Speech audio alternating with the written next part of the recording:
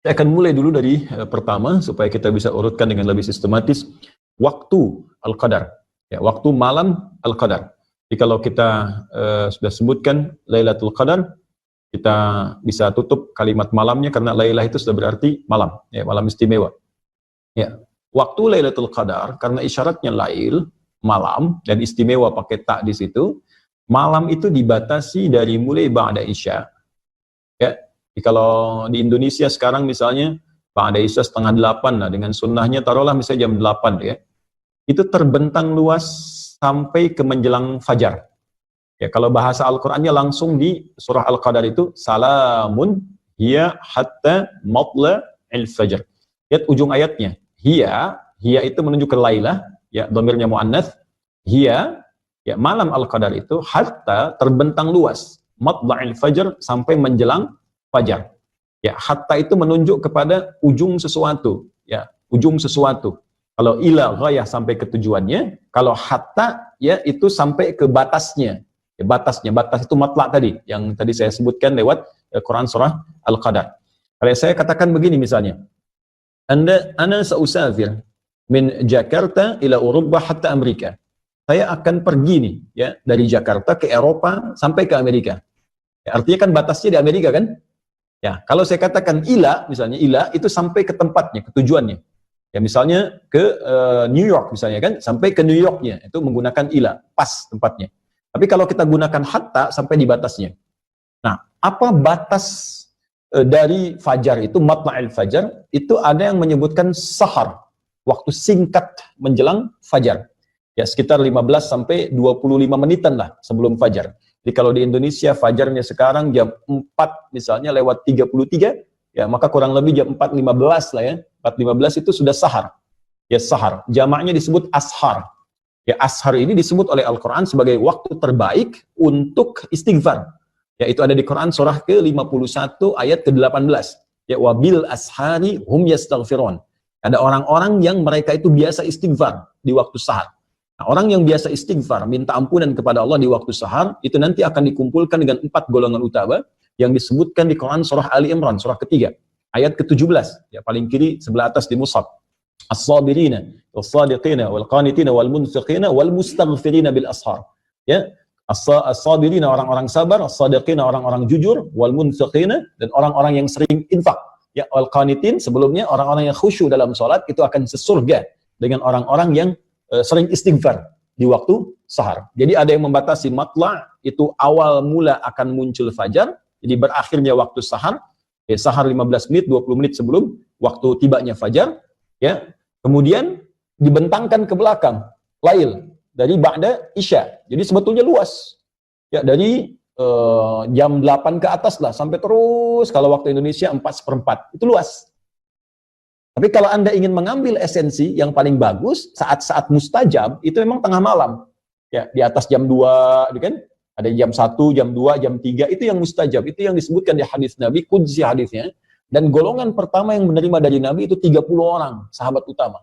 Hampir semua sahabat utama, Abu Bakar As-Siddiq, Umar bin Khattab, Utsman bin Affan, Ali bin Abi Thalib, radhiyallahu alaihim jami'an, itu meriwayatkan hadis ini.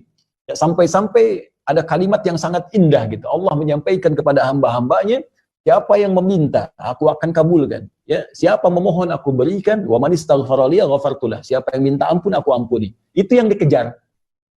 Karena itu Nabi SAW, para sahabat, radhiyallahu alaihim, orang-orang saleh zaman-zaman dulu sampai ke sekarang itu menghidupkan malamnya, khususnya untuk mengejar puncak-puncaknya. Ya, di puncaknya lagi dikejar. Jadi dari ba'da isya itu mereka terus baca Quran, ada yang sholat, nggak berhenti tuh rata-rata. Nah, ada sebagian orang-orang, termasuk di masa sekarang, ya kita pada umumnya, itu mengejar puncaknya saja. Di umumnya kan ba'da isya, tarawih, istirahat kan, bangun lagi malamnya. Ya orang dulu itu banyak istirahat di siangnya, sehingga malamnya bisa hidup sampai dengan ke ujungnya. Jadi kalau kita katakan kembali ke Al-Quran, ditanya, Ustadz, kapan waktu Al-Qadar itu, malam Al-Qadar tepatnya, kembalikan pada keterangan Al-Quran, terbentang dari malam itu, ya ma ba'dal isya, dari setelah isya itu sampai ke menjelang fajar. Jadi kalau Anda ingin mendapat kesempatan luas dapat malam Al-Qadar, cara paling gampang adalah jangan tinggalkan malamnya. Ya, khususnya di 10 malam terakhir itu, usahakan tuh ada yang bangun aja. Ya, entah itu jam 10-nya, jam 12-nya, entah jam 1-nya, jam 2-nya, di sela-sela itu Anda usahakan ibadah. Ya, Khususnya di ujung-ujung akhir itu. Dari fase jam 2 ke jam 3 ke jam 4 sesuai dengan waktu subuhnya masing-masing. Di dalam 10 malam terakhir usahakan di setiap waktu ini Anda bangun, Anda ibadah di situ walaupun mungkin hanya 5 menit saja, 10 menit saja. Ya, sebagai harapan mendapatkan satu di malam itu.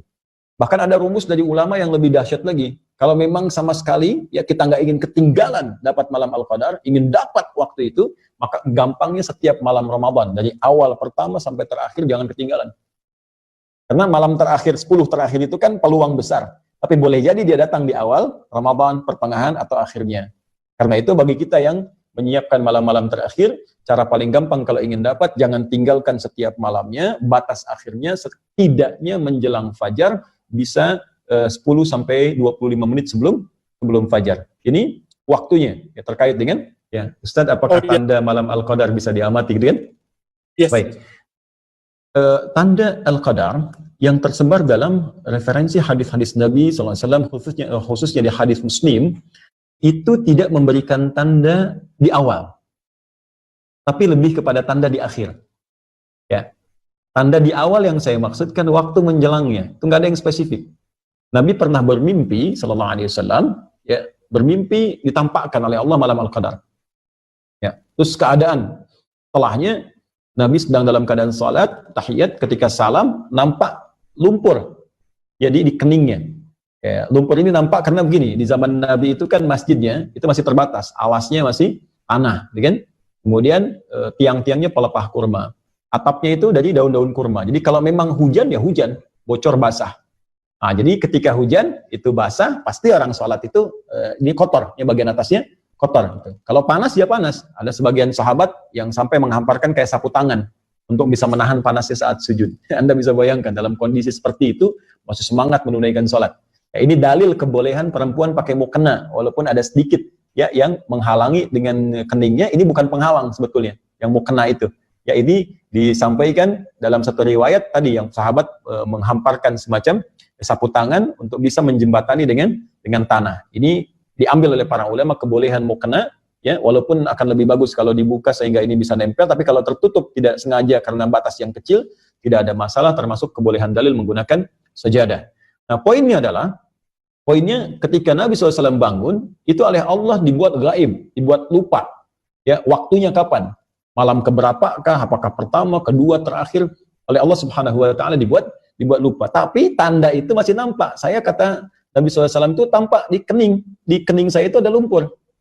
Nah, yang paling menarik, ketika ada satu waktu keesokan harinya, ya itu Nabi SAW sholat dengan sahabat subuh-subuh, begitu salam teman-teman, assalamualaikum warahmatullahi wabarakatuh, dan salam terlihatlah di kening Nabi itu ada lumpur. Maka sahabat baru menyadari, Allah tadi malam Al-Qadar itu.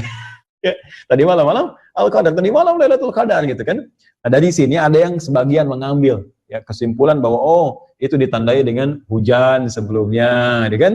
Tandai dengan apa? Tapi sesungguhnya nggak ada narasi seperti itu. Ya, narasi-narasi yang disampaikan tanda kebanyakan setelahnya. Ya, bisa ada hujan, bisa cuaca cerah, bisa jadi karena mungkin peristiwa spesifik pada zaman Nabi saja pada saat itu keadaannya mungkin hujan, ya. Boleh jadi di masa-masa yang berbeda mungkin tidak hujan. Ya, mungkin keadaannya nyaman, tenang. Nah, hanya ada digambarkan bahwa malam Paskah itu oleh Al-Quran disebutkan kalimatnya salam, tenang, damai. Nah, ini, jadi ada feel ya yang diberikan ke dalam perasaan kita. Jadi kata Allah tuh, feeling kita di hati tuh malam ini kok beda ya. Salamun, lihat di surah Al-Qadar di ujung ayatnya. Salamun hiya hatta matla'il fajr. Salamun, malam itu begitu tenang, damai. Jadi ada suasana satu malam yang terasa bagi sementara orang itu kok enak banget ya. Ibadahnya enak, nyaman, berdoa tuh kayak khusyuk gitu. Nah, itu ada yang menyebutkan dari sini itu tanda yang diberikan oleh Allah ke dalam jiwa kita. Ya.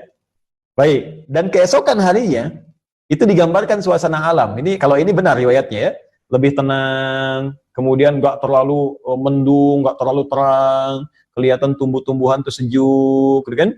Kayak habis bersujud, kayak habis tenang kan. Kenapa digambarkan begitu tenang? Karena di Al-Qur'an disebutkan riwayat ya dalam firman Allah Subhanahu wa taala bahwa malaikat turun semua. Tanazzalul malaikatu warruhu fiha. Allahu akbar. Ya, ruh itu kan malaikat Jibril. Malaikat Jibril itu tugasnya selesai ketika Nabi wafat untuk memberikan wahyu. Tapi hanya 1 kali dalam setahun turun. Ya, dalam malam Al-Qadar. Tugasnya selesai, hanya setahun sekali turun di malam Al-Qadar.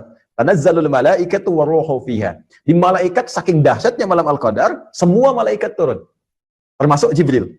Ya, malaikat itu jamak dari kata malakun. Kalau malakun satu, ya, mahadza basyara, ya, in hadza illa malakun karim. Kata orang-orang sosialita yang kumpul di masa Nabi Yusuf, yang ini sih bukan manusia, ini malaikat yang nyamar jadi manusia. Satu orang malakun. Kalau banyak itu malaikat. Jadi saking padatnya bumi, itu malaikat turun. Saya punya bejana nih, ini kan kalau ini pot ya. Kalau ini saya kosongkan, teman-teman. Saya isi 1-2 kelereng. Saya goyang-goyang gini bunyi kan? Kan? Tapi kalau saya isi penuh kelerengnya, semua sini. Saya goyang-goyang ini diam kan? Nggak ada suara. Nah, ini yang diisyaratkan oleh para ulama, saking turunnya banyak malaikat, padat keadaan bumi, sampai-sampai keadaan alam tuh begitu tenang.